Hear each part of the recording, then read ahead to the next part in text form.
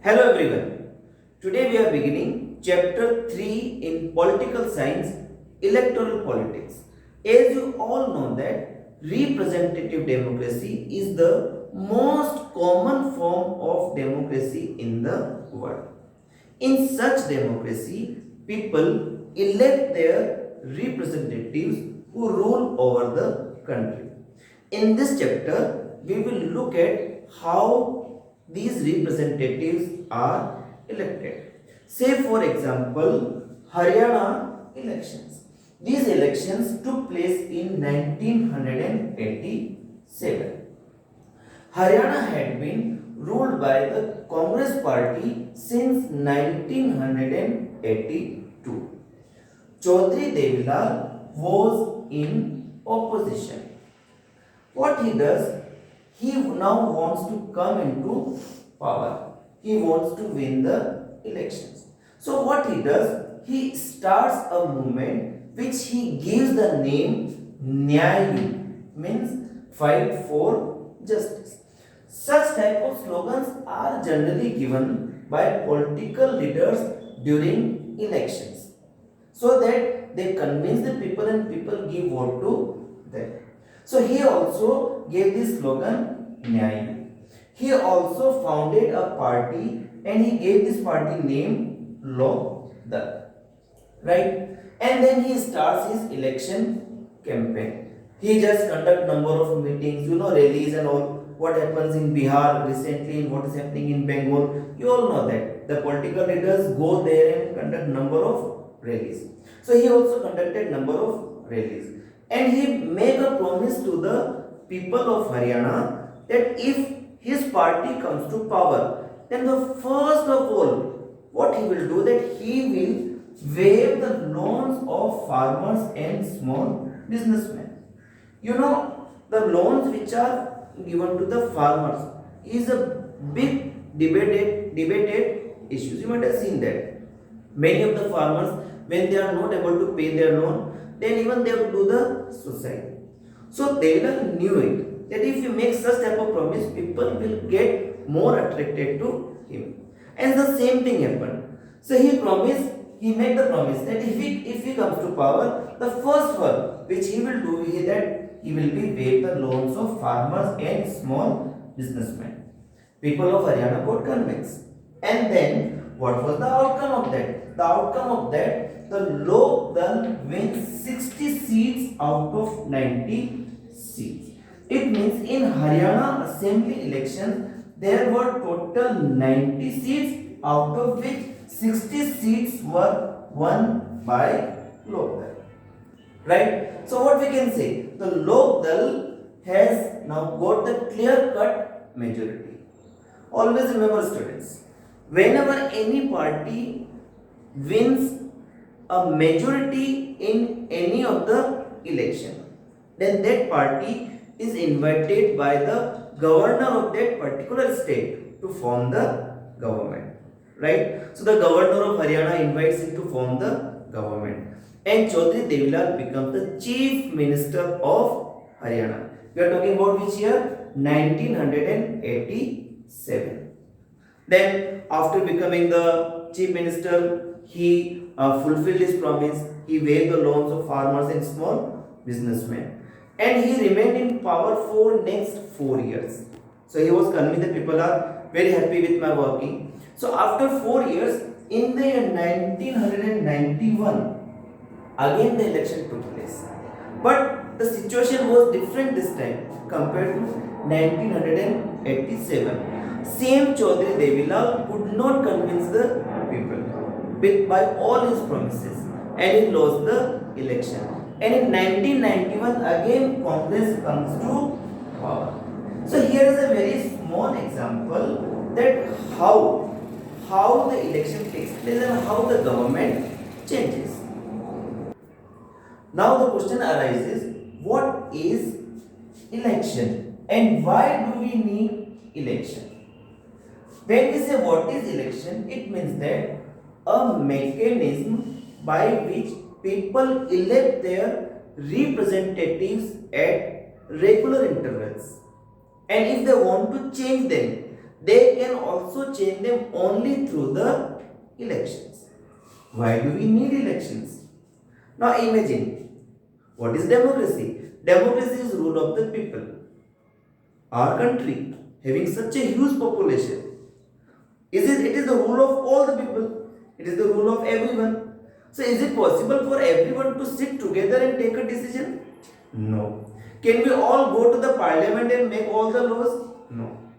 So what is the best solution for that?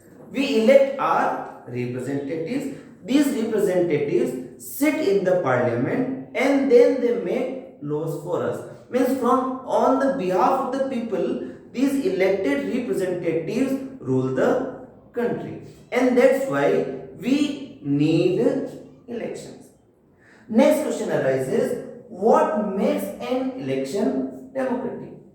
In the previous chapters, we also learned about the elections in China, elections in Mexico. Then what you know? We saw that even if the elections takes place in China, but China is not a democratic country. So wherever only the election is not the criteria, that suppose if anywhere election takes place, so it means democratic country. No. Election also must be a democratic election. So the question here arises, what makes an election democratic? First, wherever there is a democratic country and elections takes place, then equal right of vote should be given to everyone, whether the rich person or poor people. This we give the term universal adult franchise. Universal means what? To everyone. Adult means those who have attained the age of 18 years or above. Franchise means right to vote. So democratic election always implies equal right to vote without any discrimination. Second, free contest among parties. When people go to give the vote, there must be candidates from more than one party. Suppose if you have only one party, just as it happens in China, there is only Chinese Communist Party, and then the election has got no sense. But if you talk about India, there are multiple parties and even the independent candidates. So this is what makes the election democratic, that people should have the choices. Then if they don't like this party, they can go for this party. If they don't like any party, they can go for independent candidate. This is what free contest among different parties. Means people have choices to choose from. Then they have the right to choose at regular intervals. Elections must take place after the tenure or the term comes to an end. In India, after every 5 year election takes place. Then the candidate preferred by the people should get elected.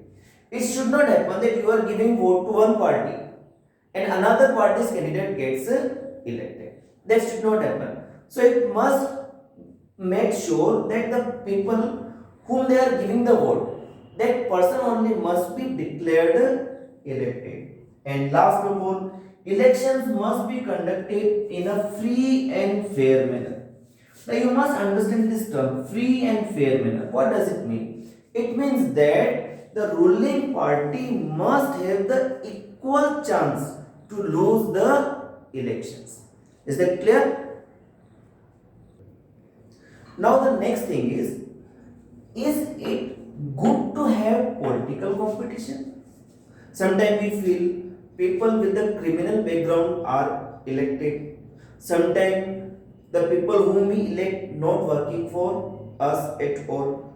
So sometimes it is argued that people should be elected on the basis of their experience, or there should be some another way of electing the people. But it is the only way by which we can govern the country in a better way in a democracy. So just look at what are the merits, what are the good things or bad things, or what are the merits or demerits of political competition. First, what are the merits? Leaders are required to work for people to remain in power. You all know that. All the leaders know that after 5 years they have to face the elections. So if they don't work for the people, people will not vote for him and they will not get elected. So this thing forced them to work harder and harder for the people. Second thing, this is possible just because of the political competition. If there is no political competition, if they think that they will remain in power for ever and ever, so they will not do any work for the people. Second thing, it provides them incentives to political parties and candidates. Incentives in the form of, if the political parties win elections again and again, they are in the power. If a candidate is winning election again and again, there are more chance for that candidate to become the minister, then chief minister, and even up to the prime minister. So it provides an incentive. At the same time, if a person is not doing any work for the people, then he get the punishment also in the form of people will not give him the vote, and his or her political career may also come to an end. So we feel that electoral competition is a must. At the same time, this political competition or electoral competition also have demerits. First, it creates a sense of disunity and factionalism. What happened? People are divided according to the ideas of the political parties.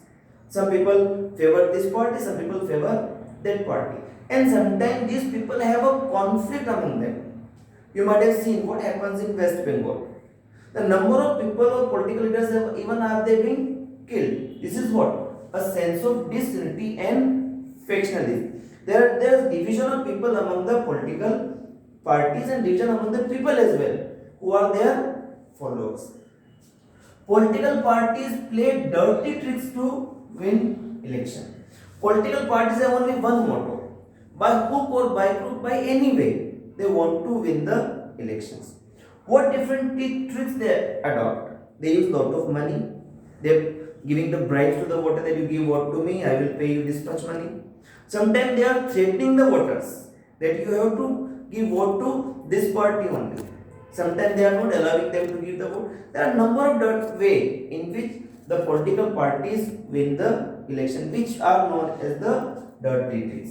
So the dirty tricks are played, and sometimes the political leaders put allegations against the another people that, and sometimes use such type of bad words which they are not supposed to use. But during the, you might have seen election campaigns, such things happens.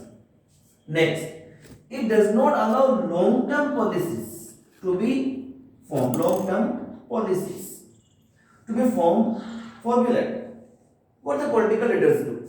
Political leaders generally make such type of policies which attract the people.